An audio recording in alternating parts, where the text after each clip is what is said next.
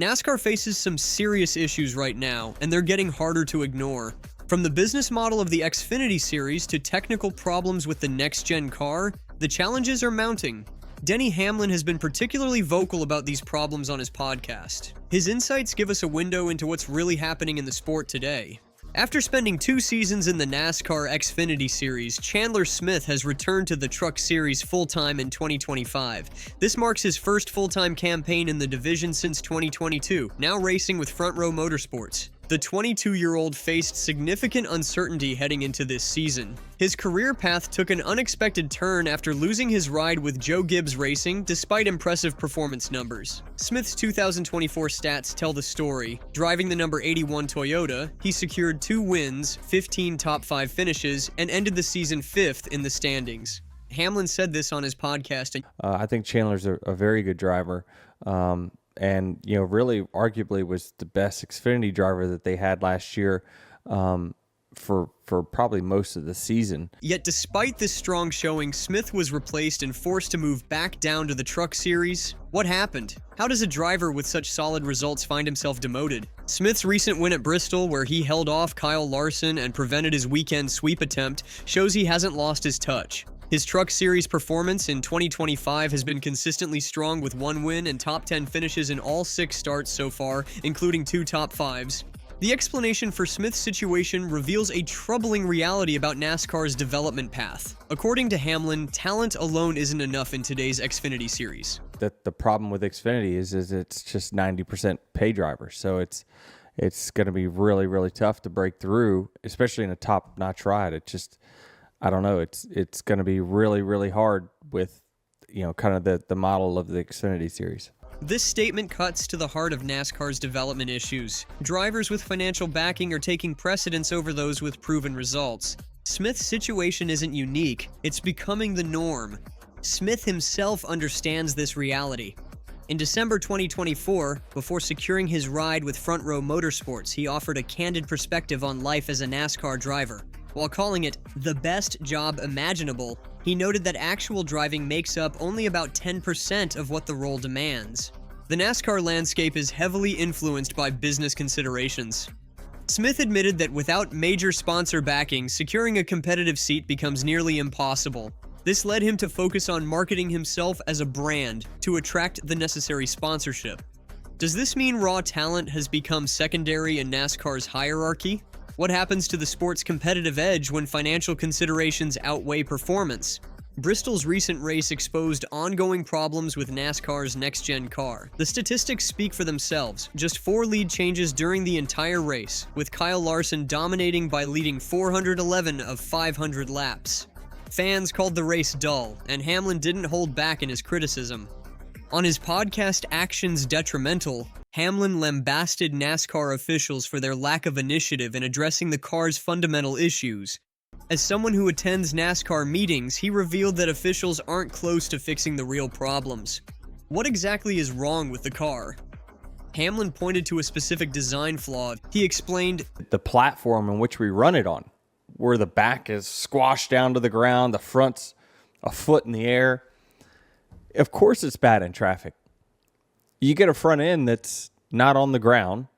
It's in the air because we have to feed the underbody of the car. As soon as we get behind somebody, that thing just lifts right on up, and you got no front downforce. It plows." This technical explanation highlights why passing has become so difficult.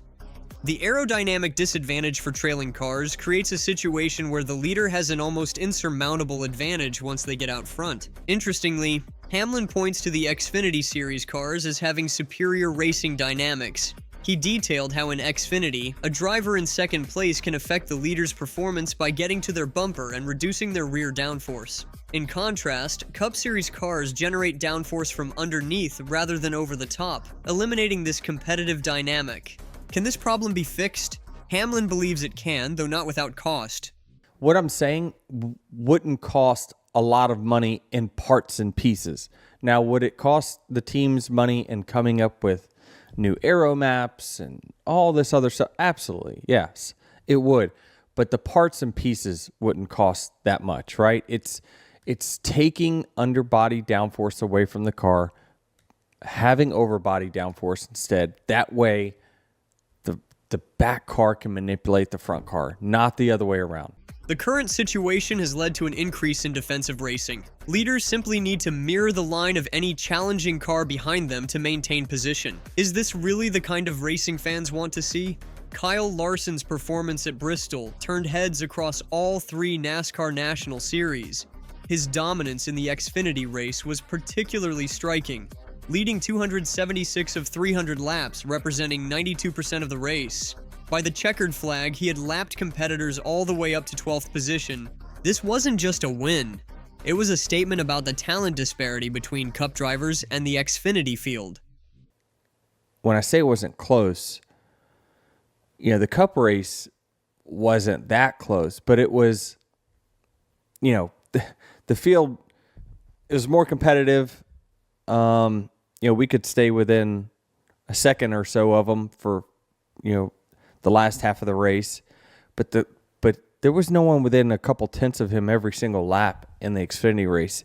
What makes Larson's dominance particularly revealing is that several competitors were running identical equipment. JR Motorsports drivers operated with Hendrick-powered cars, the same manufacturer backing Larson, yet couldn't mount a challenge. Even Justin Allgaier, a seasoned veteran, couldn't match Larson's pace.